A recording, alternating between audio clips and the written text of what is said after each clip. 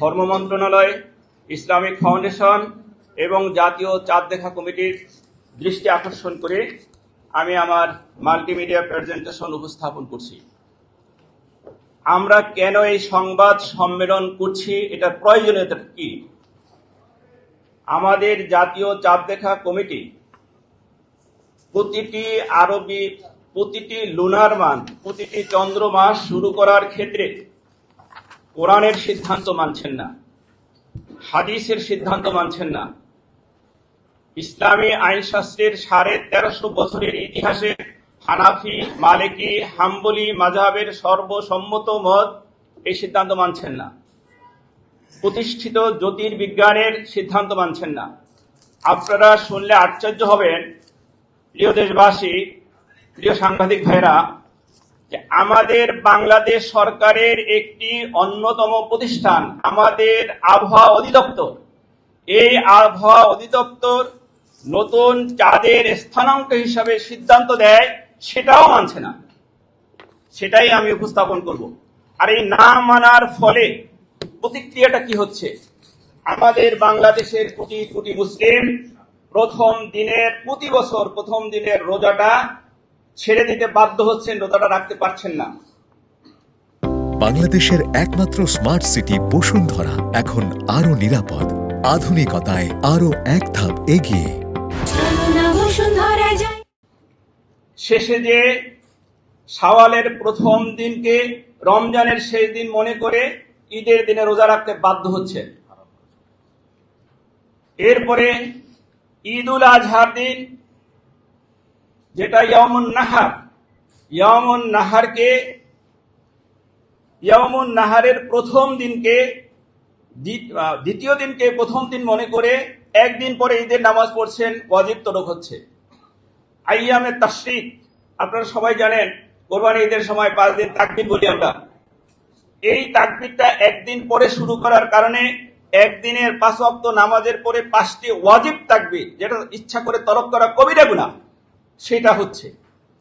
এরপরে আছে আমাদের নফল ইবাদতগুলো, যেগুলো আমাদের সভাপতি মহোদয় বলেছেন, শবে বরাত, শবে কদর, তারপরে আশুরা ইত্যাদি ইত্যাদি।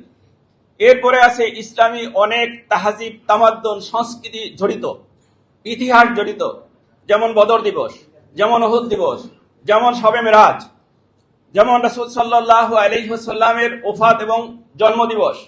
এগুলো ইসলামী সংস্কৃতি, ইবাদত না হলেও এগুলো ইসলামকে, মুসলিমদেরকে নতুন করে উজ্জীবিত করে। এর কোনোটা সঠিক হচ্ছে না এবং এর জন্য দায়ী আমি দায়িত্ব নিয়ে বলছি, আমি ব্যক্তিগতভাবে দায়িত্ব নিয়ে বলছি এবং এই সংগঠনের মহাসচিব হিসাবে দায়িত্ব নিয়ে বলছি, এর জন্য দায়ী আমাদের সরকার দায়ী নয়, ধর্ম মন্ত্রণালয় দায়ী নয়, দায়ী আমাদের চাঁদ দেখা কমিটি এবং চাঁদ দেখা কমিটিতে যে সমস্ত ওলামায়ে কেরাম আছেন তারা এর জন্য তারা দায়ী। কেন দায়ী? সরকার তাদেরকে ভাতা দেন, সরকার তাদেরকে সম্মান দেন, ধর্ম মন্ত্রণালয় তাদেরকে যথাযথ মর্যাদা দেন। কেন? যে তারা জাতিকে চাঁদের ব্যাপারে, লুনার মান্থের ব্যাপারে সঠিক সিদ্ধান্তটি তারা জানাবে, কিন্তু তারা সেই দায়িত্বটি পালন করছে না। এই না করার কারণে এই সমস্যা হয়। আর এই সমস্যা সমাধানের দাবিতেই আজকের এই সংবাদ সম্মেলন। চলুন আমরা সামনে চলি।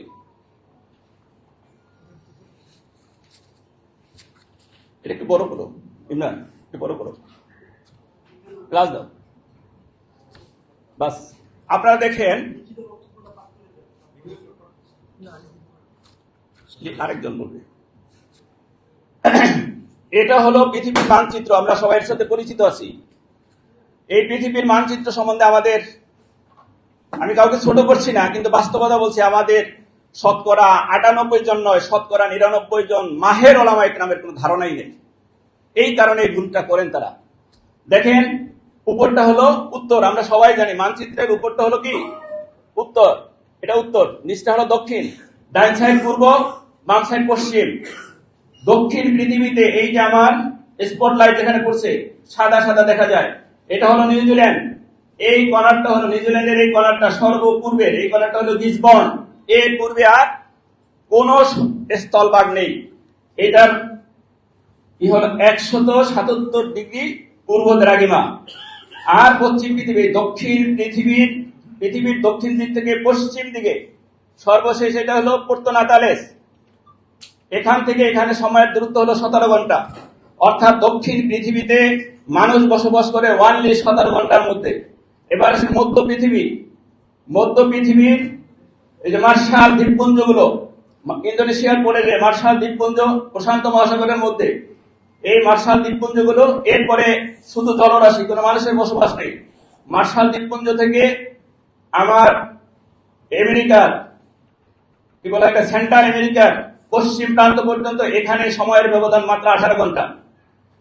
আর উত্তর পৃথিবীতে 165 ডিগ্রি থেকে এই যে জাপানের পূর্ব উপকূল থেকে আরো 1800 কিলোমিটার পূর্ব দিকে হলো মানামি তরিসীমা, একটা জাপানের একটি দ্বীপ। এরপরে মাত্র 1.5 কিলোমিটারের একটা দ্বীপ, সেটাকে আমরা হিসাবে নিয়ে আসছি। সেই মানামি তরিসীমা থেকে আলাস্কা ওয়ালেস এই পর্যন্ত সময়ের ব্যবধান মাত্র 19 ঘন্টা। সামারি হলো দক্ষিণ পৃথিবীতে মানুষের বসবাস 17 ঘন্টার মধ্যে, মধ্য পৃথিবীতে মানুষের সময় বসবাস 18 ঘন্টার মধ্যে, উত্তর পৃথিবীতে মানুষের বসবাস মাত্র 19 ঘন্টার মধ্যে।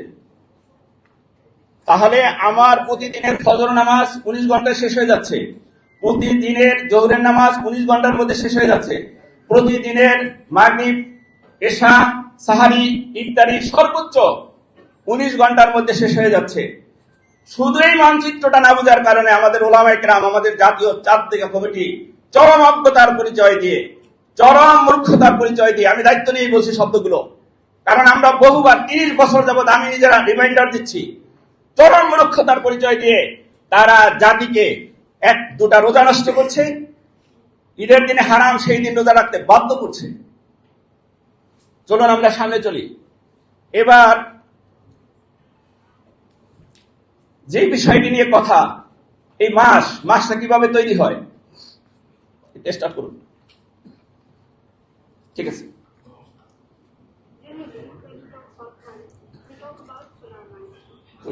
সাউন্ড বাড়াই দাও।